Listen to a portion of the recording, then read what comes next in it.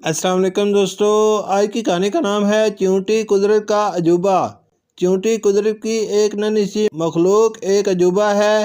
بظاہر یہ مخلوق بہت چھوٹی سی ہے، مگر قدرت نے اس کے اندر شعور اور احساس کی قوت رکھی ہے۔ اس کی حساسیت، خصوصاً سونگھنے والی صلاحیت بہت تیز ہوتی ہے۔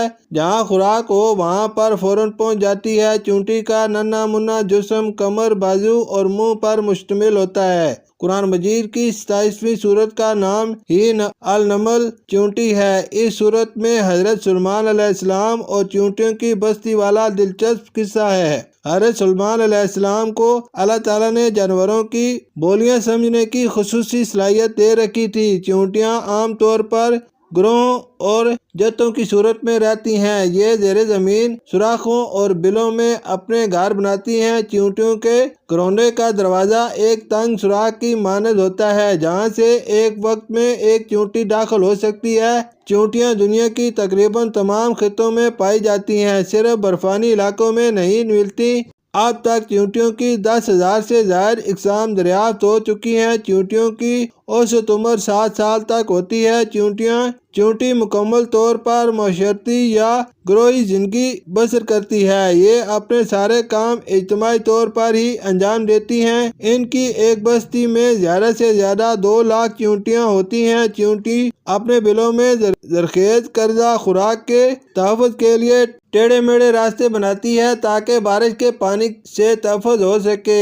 اس کے باوجود اگر خوراک کے خراب ہونے کا اندیشہ ہو تو اسے بلوں سے باہر نکال کر ہوا میں پھیلا دیتے ہیں اور خشک ہو جانے پر پھر سے بلوں میں منتقل کر دیتی ہیں۔ چیونٹی اپنی استطاعت سے زیادہ وزن اٹھا لیتی ہے۔ یہ اپنے جسم سے 20 گنا زیادہ وزن اٹھا سکتی ہے۔ بعض چیونٹیاں خانہ بدوش ہوتی ہیں، یعنی ایک جگہ سے دوسری جگہ اپنی بستیاں منتقل کرتی رہتی ہیں۔ چیونٹی ایک ایسی ننھی مخلوق ہے جو دیوار یا بلندی پر چڑھنے سے اگر گر جائے تو بار بار کوشش جاری رکھتی ہیں۔ دھوپ ہو یا سردی اور گرمی، یہ نہ ہمت ہارتی ہیں اور نہ محنت سے جی چراتی ہیں۔ ایک تحقیق کے مطابق بڑے اور اہم فیصلوں میں چیونٹیاں انسانوں سے زیادہ بہتر ثابت ہوتی ہیں۔ سائنسدانوں کا کہنا ہے کہ انسان بغیر کسی وجہ کے مختلف چیزوں کے پیچھے بھاگتے ہیں، لیکن چیونٹیوں میں یہ روایت بہت کم ہے۔